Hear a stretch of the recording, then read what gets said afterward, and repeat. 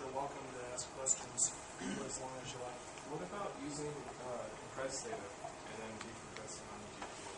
So as long as compressing it on the host doesn't cost more time than it saves, that would be a good idea.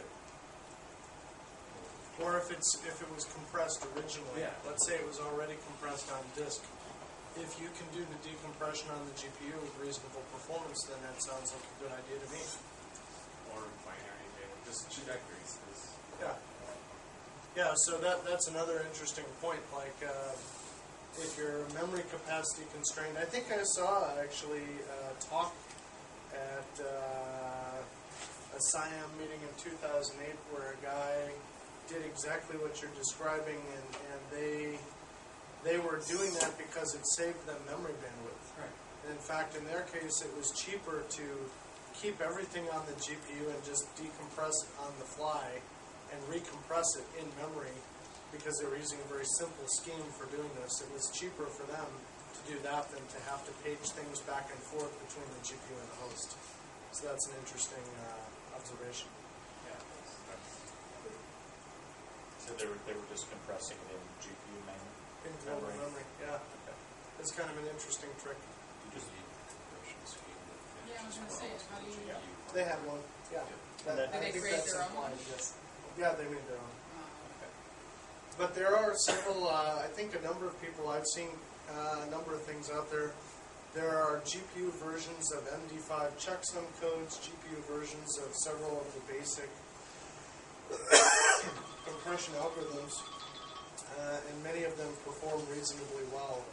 It's mainly a question, so you have to, how do you, they use the minimum number of threads they can, because a lot of those compression routines, they just weren't designed to work on that scale, or they were, the file formats have big blocks, and really to do parallel compression you need a lot of smaller compression blocks, so there are just different strategies for those things.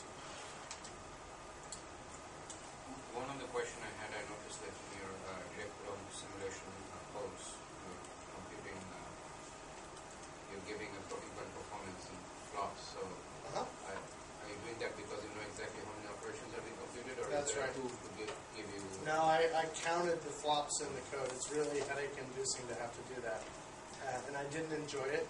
But I wanted to do it so that I had some idea what fraction of the theoretical GPU performance I was actually achieving. So, for example, how do you know how much the exponential or the hardware issue, the exponential or the square root was taking? Well, so this is the thing. I know, so what I did is I counted them using the same scheme that NVIDIA and the other vendors use when they report the number of flops for the hardware. So what they do is they count any machine instruction as a flop. So that means an exponential is actually one flop in that scheme. And a reciprocal square root is considered, I guess they consider that to be two flops. And they consider everything else basically to be one flop. So I think multiply add they count as two flops because you could do it either way. So other than that, everything else is basically one flop, and so that's how I counted them. And then when I compared my number versus what they say the GPU should be able to do, I can sort of get an idea, well, what percent of peak am I getting? Do they count a branch as a flop? Nope. I only counted the arithmetic, so I didn't count the various other instructions that are just overhead in this case, like the loop and branching and all those things. And so it's just runtime and how many results it produces per second, and from that I can compute how many flops were required to do it with that piece of code.